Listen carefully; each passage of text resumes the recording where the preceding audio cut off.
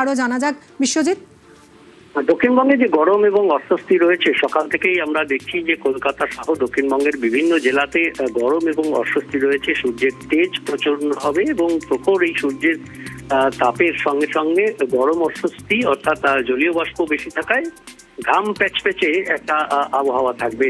অর্থাৎ feel like temperature কলকাতায় যেমন সর্বোচ্চ তাপমাত্রা 36 থেকে 37 ডিগ্রি সেলসিয়াসের মধ্যে থাকলেও ফিল লাইক টেম্পারেচার 40-এর বেশি অনুভূত হবে। এর সঙ্গে সঙ্গেই বজ্রবিদ্যুৎ সহ বৃষ্টির সম্ভাবনা আছে, তবে কলকাতায় বৃষ্টির সম্ভাবনা শুক্রবার থেকে রবিবারের মধ্যে বেশি থাকবে, অর্থাৎ আগামীকাল থেকে সম্ভাবনা বাড়বে। তবে আজও দক্ষিণবঙ্গে এই প্যাচপ্যাচে গরম, ভ্যাপসা গরম, এর থেকে আজ রেহাই মিলছে না।